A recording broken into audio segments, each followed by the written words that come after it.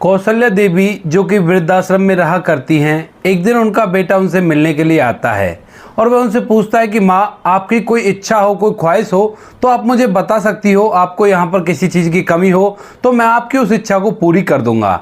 इस बात को सुनने के बाद माँ थोड़ी देर तक सोच विचार करती है और फिर उस बेटे से कुछ ऐसा कह देती है जिसे सुनने के बाद बेटा एकदम से बहुत ही ज़्यादा परेशान हो जाता है और वो अपनी माँ के पैरों को पकड़कर फूट फूट कर रोने लगता है और अपनी माँ से माफ़ी मांगता है। ऐसा क्या कहा था उसकी माँ ने उससे जो उसका बेटा फूट फूट कर रोने लगा और उससे माफ़ी मांगने लगा।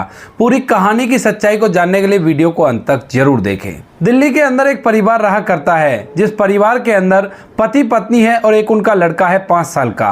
पत्नी का नाम कौशल्या देवी है। कौशल्या देवी का पति एक छोटी सी नौकरी किया करता है जिस नौकरी से वो अपने घर का गुजारा आसानी से कर लिया करता है।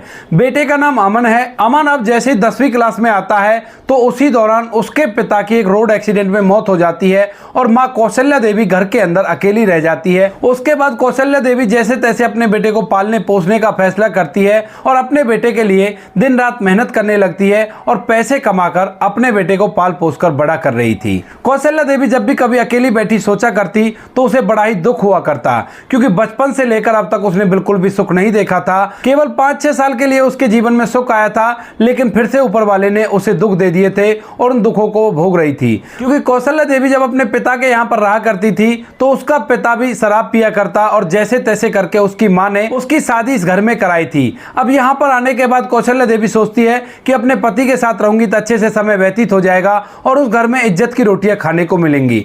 लेकिन यहाँ पर जैसे ही वो आती है तो वो देखती है कि उसका पति कमाया नहीं करता है और उसके भाई अच्छा खासा पैसा कमाया करते हैं। तो इसी वजह से जो सास ससुर होते हैं वो भी कौशल्या देवी को नौकरानी से ज्यादा कुछ और नहीं समझते घर के अंदर। इधर उसका पति, जब भी कौशल्या देवी अपने पति से कुछ कहा करती कि आप अच्छी तरह से पैसे कमाओ वरना घर के अंदर हमारी नौकरों की सी हैसियत है, तो इस बात को सुनकर उसका पति उस पर पिटाई लगा दिया करता और कहा करता कि मेरे भाई मेरे लिए बहुत अच्छे हैं और ये मेरा भला ही चाहते हैं, इसी वजह से इन्होंने हमें अपने पास रख रखा है। लेकिन धीरे धीरे समय के साथ साथ जो कौशल्या देवी का पति होता है उसके सामने उसके भाइयों के असली चेहरे आ जाते हैं, जिनसे उसे पता चल जाता है कि भाई केवल मुझे अपने साथ इसलिए रख रहे हैं ताकि मेरी पत्नी उसके घर का काम कर सके और उसकी जो भाभियां थी वो घर के अंदर आराम से बैठकर हुक्म चलाया करती थी, केवल उसकी पत्नी घर का सारा काम किया करती थी। इस बात को देखकर जो कौशल्या देवी का पति होता है वह भी एक नौकरी में लगता है और नौकरी में लगने के बाद अपनी पत्नी के साथ अलग घर लेकर रहने लगता है। उसने अपने भाइयों से अपना हिस्सा कर लिया था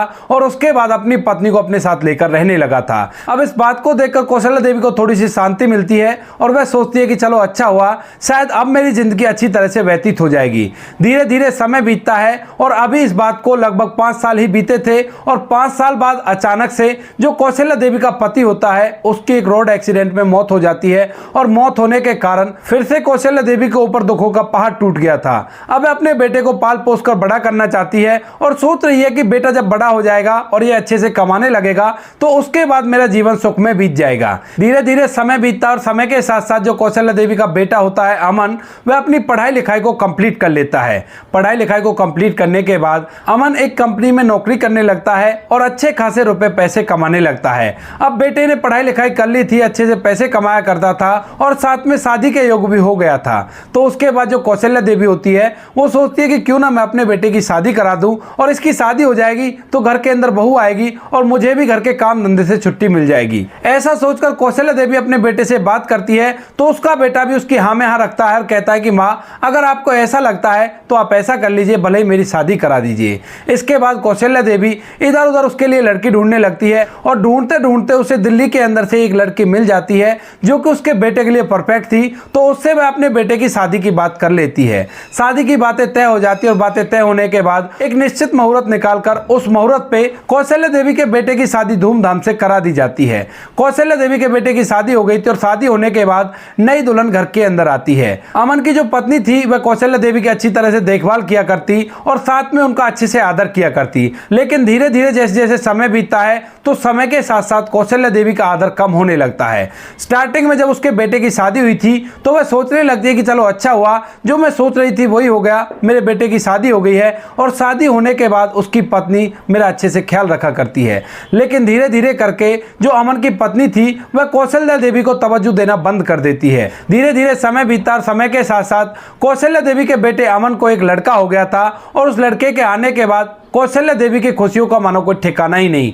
वह अपने पोते को अपने साथ रखा करती, खिलाया पिलाया करती और अच्छी तरह से उसकी देखभाल किया करती। उसके बेटे की बहू घर का काम कर लिया करती और थोड़ा बहुत काम में हाथ कौशल्या देवी भी बटा दिया करती। अब ऐसे चलते हुए जो अमन का बेटा था वह भी 5 साल का हो गया था और इस दौरान कौशल्या देवी की तबीयत थोड़ी सी खराब रहने लगी है। अब जैसे उसकी तबीयत खराब होती है तो उसको खांसी उठा करती है और जैसे उसको खांसी उठती है तो वो बहुत जोर जोर से खांसने लगती है। अब यह सब कुछ उसके बेटे की बहू देख लेती है, यानी कि अमन की पत्नी इन सब चीजों को देख रही थी। और एक दिन जब उसका बेटा कौशल्या देवी के पास खेलने के लिए जाता है अपनी दादी के पास, तभी उसके बेटे की पत्नी आती है और अपने बेटे को वहां से घसीटते हुए ले जाती है और कहती है कि इसके साथ मत खेल, इसको खांसी और तुझे भी हो जाएगी। अब इस बात को सुनकर कौशल्या देवी को बड़ा ही दुख होता है, लेकिन फिर भी वो इन सब बातों को सहन करती रहती है। धीरे धीरे कुछ समय और बीतता है और कुछ समय बाद जो अमन की पत्नी होती है वो अपनी सास से एक तरह से नफरत करने लगती है। वह उसको देखने के बाद बुरा सा मुंह बना लिया करती और अपने पति से बार बार अपनी सास के बारे में कहा करती कि तुम ऐसा करो, अब इन्हें वृद्धाश्रम छोड़ आओ और वहीं पर ये ठीक रहेंगी। यहाँ पर ये रोज रोज मुझे परेशान किया करती हैं और इनकी सही जगह वहीं पर है। लेकिन जो बेटा अमन था वह अभी तक अपनी पत्नी की चाल में पूरी तरह से नहीं आया था और वह इस बात को ऐसे ही छोड़ देता है। लेकिन धीरे धीरे अमन की पत्नी कौशल्या देवी के साथ जाती करने लगती है और वह ठीक से खाना खाने के लिए भी उसे नहीं दिया करती। अक्सर 2 दिन पुराना खाना या 1 दिन पुराना खाना उसे दिया करती है और टाइम पर उसे चाय बनाकर भी नहीं दिया करती। अब कौशल्या देवी जब खुद किचन में जाया करती है तो उसे वहां से भगा दिया करती है और कहा करती है कि यहां पर तेरा क्या काम, तुझे बीमारी है, अगर तू किचन के अंदर आएगी तो हम सभी को बीमारी हो जाएगी। इसके बाद कौशल्या देवी मायूस होकर फिर से अपने उसी कमरे में चली जाती है और बीते दिनों को सोच सोच कर फूट फूट कर रोने लगती है। लेकिन वो करे भी तो क्या करे, क्योंकि अब वो बूढ़ी हो चली है और अब उसके हाथ में ऐसा कुछ भी नहीं है। कई बार वो अपने बेटे से कहने की कोशिश करती है, लेकिन बेटे की गृहस्थी को देखते हुए उससे कुछ कह नहीं पाती है। इसके बाद जो कौशल्या देवी के बेटे की पत्नी होती है वह वहां पर जोर शोर से लड़ाई करने लगती है और यह लड़ाई कुछ ज्यादा ही बढ़ने लगती है। वह अपने पति से कहा करती कि माँ को वृद्धाश्रम छोड़ आओ, यहाँ पर यह मुझे परेशान कर रही है और अगर ये इस घर में रहेगी तो मैं इस घर में नहीं रह पाऊंगी। ऐसा कहकर वो वहां से जाने की धमकी देती है और एक दिन अपना पूरा सामान पैक कर लेती है। अब इस बात को देखकर अमन बड़ा ही परेशान होता है। माँ कौशल्या देवी भी इस चीज को देखती है और देखने के बाद वह चुपचाप से अपने कमरे में घुस जाती है। अब अमन अपनी पत्नी को समझाने की कोशिश करता है, लेकिन उसकी पत्नी ने साफ साफ बोल दिया था कि अगर तुम्हारी माँ इस घर में रहेगी तो मैं इस घर में बिल्कुल भी नहीं रहूंगी, मैं यहाँ से जा रही हूँ। अब अमन जैसे ही देखता है कि उसकी पत्नी घर को छोड़कर जा रही है, इससे अच्छा तो मैं माँ को ही वृद्धाश्रम में कर आता हूँ, तो इस बात को सोचकर वह अपनी माँ के कमरे में चला जाता है और वहां पर जाकर अपनी माँ से बातें करने लगता है। कहता है कि माँ तुमने सुना ना कि तुम्हारी बहू क्या कह रही है। इस बात को सुनकर कौशल्या देवी कहती है कि हाँ बेटा मैंने सुना है। तो वो कहता है कि क्यों ना तुम अब वृद्धाश्रम में रह लो, मैं वहीं पर तुमसे मिलने के लिए आ जाया करूंगा और तुम्हारे लिए किसी भी चीज की कमी नहीं रहने दूंगा।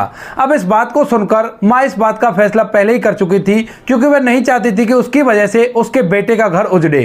तो इसके बाद उससे कहती है कि बेटा इसमें कौन सी बड़ी बात है, अक्सर बुजुर्ग लोग वहीं पर रहा करते हैं और मेरा मन भी वहां पर लग जाएगा। यहाँ पर मुझसे कोई बातें करने वाला नहीं है, तू तो ड्यूटी चला जाया करता है, लेकिन तेरी पत्नी अपने कमरे के अंदर चुपचाप बैठी रहा करती है और मुझसे बातें तक भी नहीं करती। वहां पर कम से कम मुझे हम उम्र के लोग मिल जाएंगे और मैं उनसे बातचीत कर लिया करूंगी। इसके बाद उसका बेटा कहता है कि ठीक है माँ, तो कल सुबह सुबह मैं छुट्टी ले लूंगा और छुट्टी लेने के बाद हम लोग सीधा वृद्धाश्रम चलेंगे। आप रात में अपनी पूरी पैकिंग कर लेना और आपको जिस भी चीज की जरूरत हो आप मुझे बेझिझक होकर बता देना, मैं आपके उस चीज को वहां पर ही ला दूंगा। इसके बाद बेटा ऐसा कहकर वहां से चला गया था, लेकिन पीछे से माँ अपने कमरे में बैठी फूट फूट कर रोने लगती है। वह अपने पति की तस्वीर को निकालती है और उसे अपने गले से लगाकर फूट फूट कर रोती रहती है। वह कह रही थी कि तुम तो चले गए, लेकिन मैं यहाँ पर बहुत ही ज्यादा परेशान हूँ, अच्छा होता कि तुम मुझे भी अपने साथ ले जाते। इसी तरह से पूरी रात बीत जाती है। इसके बाद जो बेटा अमन होता है वह अपनी माँ कौशल्या देवी को सुबह सुबह वहां से लेकर वृद्धाश्रम में छोड़ आता है और अपनी पत्नी से कह दिया था कि अब तो ठीक है ना, अब माँ यहाँ पर नहीं रहेगी और तुम आराम से घर के अंदर रहो।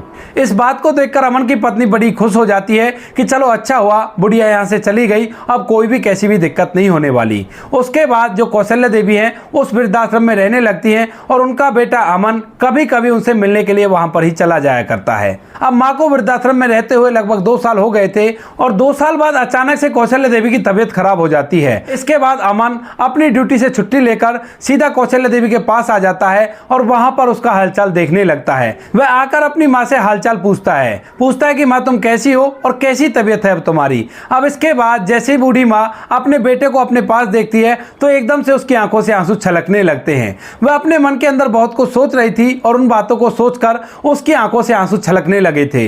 इसके बाद बेटा अमन अपनी माँ के पास जाता है और अपनी माँ के आंसुओं को पहुंचता और कहता है कि माँ आखिर क्या हुआ, तुम इस तरह से क्यों रो रही हो। तो उसके बाद पहले तो कौशल्या देवी मना करती है, कहती है कि बेटा नहीं कोई बात नहीं है, लेकिन उसके बाद अमन उससे पूछने लगता है कि माँ अगर तुम्हें कोई परेशानी हो तो तुम बेझिझक होकर मुझे बता सकती हो और मैं तुम्हारी उस इच्छा को पूरा कर दूंगा। अब इस बात को सुनने के बाद माँ कौशल्या देवी थोड़ी देर तक सोच विचार करती हैं और सोच विचार करने के बाद कहने लगती है कि हाँ बेटा एक इच्छा तो है, अगर तू उसे पूरा कर दे तो अमन कहता है कि बताओ माँ क्या परेशानी है। तो वो कहती है कि बेटा यहाँ पे इन कमरों के जो पंखे हैं ना ये अच्छी तरह से चला नहीं करते, तो तुम ऐसा करना इनको बदलवा देना। अब इस बात को सुनकर अमन थोड़ा सा हैरान होता है और सोच विचार करने लगता है कि माँ ये ऐसा क्यों कह रही है। तो उसके बाद वह अपनी माँ से पूछता है कि माँ आखिर ऐसा क्या हुआ कि आपको यहाँ पर गर्मी लगती है। तो अमन की माँ कहती है कि नहीं बेटा ऐसी बात नहीं है, मुझे तो गर्मी नहीं लगती, लेकिन अगर इन पंखों के नीचे तुम रहोगे तो तुम्हें गर्मी जरूर लगने लगेगी। अब इस बात को सुनकर अमन एक बार फिर से चौंक जाता है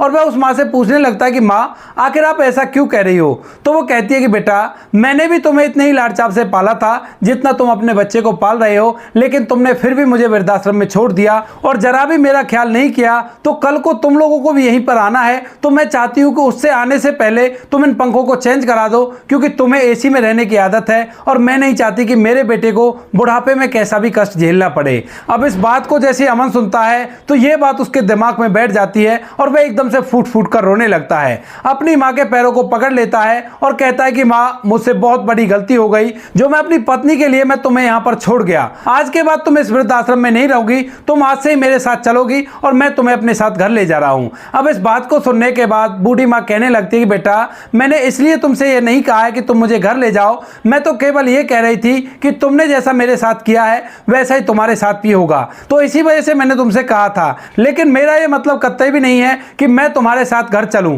क्योंकि वहां पर अगर मैं जाऊंगी तो तुम्हारा घर उजड़ जाएगा और मैं नहीं चाहती कि मेरी वजह से मेरे बेटे का घर उजड़े। तो मैं तुम्हारे साथ नहीं चलूंगी, तुम वापस घर चले जाओ। मैं तो तुम्हें बताना भी नहीं चाहती थी, लेकिन जब तुमने बार बार जिद की तो उसके बाद मुझे बताना पड़ गया, क्योंकि अक्सर मैं इस बात को सोचा करती हूँ कि मेरे बेटे ने मेरे साथ जो किया है हो सकता है कल उसके साथ भी हो जाए, तो उसके लिए इन पंखों को बदल देना चाहिए। अब इस बात को सुनकर जो बेटा होता है और भी ज्यादा रोने लगता है और अपनी माँ के पैरों को पकड़कर फूट फूट कर रो रो कर उनसे माफी मांगने लगता है।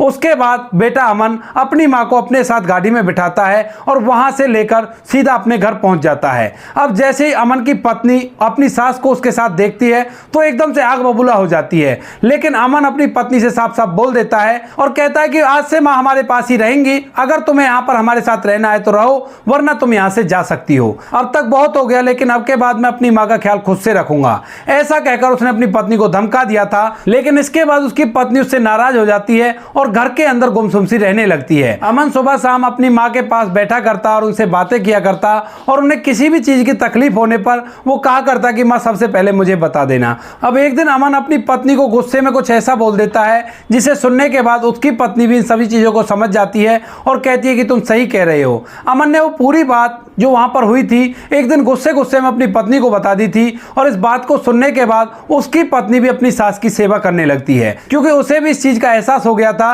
कि कल को बच्चा हमें भी है और ये हमें भी वृद्धाश्रम में छोड़ सकता है। अगर हम इनके साथ ऐसा करेंगे तो ये कल को हमारे साथ होना जरूरी है। इसके बाद पूरा परिवार हंसी खुशी उसी घर के अंदर रहा करता है और अमन कौशल्या देवी की अच्छी तरह से देखभाल किया करता है। कौशल्या देवी की बहू भी अब उनके पास घंटों घंटों तक बैठा करती और उनसे बातें किया करती और उनकी सेवा करने लगा करती है। तो दोस्तों ये थी कहानी कौशल्या देवी की। आप क्या कहना चाहते हो कौशल्या देवी के बारे में? आप क्या कहना चाहते हो अमित के बारे में? आप क्या कहना चाहते हो उनकी बहू के बारे में? आपकी जो भी राय कमेंट सेक्शन में लिख सकते हैं, लोगों के साथ शेयर कर सकते हैं। वीडियो अगर अच्छा लगा तो वीडियो को लाइक और चैनल को सब्सक्राइब जरूर करें, ताकि हमें थोड़ा बहुत हौसला मिले आप लोगों के लिए ऐसे अच्छे वीडियो बनाने के लिए। इन कहानियों को सुनाने का उद्देश्य किसी को परेशान करना बिल्कुल भी नहीं है। यह कहानी आपको इसलिए सुनाई जाती है ताकि आप लोग इन कहानियों में से कुछ ना कुछ सीख सको और अपने जीवन में उस चीज को अप्लाई कर सको। मिलते हैं किसी नेक्स्ट वीडियो नए टॉपिक के साथ, तब तक के लिए जय हिंद, जय भारत, जय हिंदुस्तान।